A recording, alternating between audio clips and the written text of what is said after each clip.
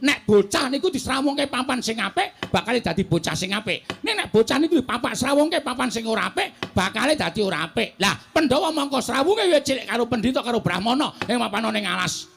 Mula tememen ngelmune ya dadi tenan. Ning Kurawa niku nuwun sewu. Sing ngomong Kurawa sapa? Kula. Lah. Niku. Mula ya Kurawa ki nek dinaiki ilmu apa-apa ora bakal iso tememplek wong srawunge wong kaya ngono.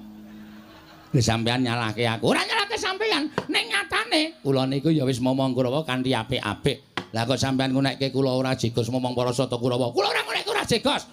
Ning sampean niku sing nuwun sewu lho, senengane nyalahke kali kula. Kula ora nyalahke, kula niki ming matur napa anane. Napa anane sing kepripun? Wong nyatane kula ya ora salah. Lho nuwun sewu, nek carane kaya ngeten iki sampean tegese ngidak-idak kula. Sing ngidak-idak sampean dhisik. Sampean sing ngidak-idak kula. Sampean golek rai ning ngidak-idak kancane. Kula mboten golek rai, ning sampean niku gurune Pandhawa Kurawa napa dudu. Gurune Pandhawa karo Kurawa. Ning guru sing apik napa guru sing apik? Kok sampean ngalani sing elek? Nek cara ngoten niku ora trima. Kula ora bakal trimake perkara niki. Lho nek ora trima ajeng apa? Lho, kula manut ki mawon ajeng napa kula manut? Hei! Wong gerang-gerang ora tata. Bodhono. Wonten dawuh. Niki teng pundi? Terminal. Anu Pasewakan. Tamanaryo, wonten dawuh. Niki teng pundi? Pasewakan. Sampeyan ku wong tuwa napa bocah? Inggih tiyang ge. Tiyang sepuh.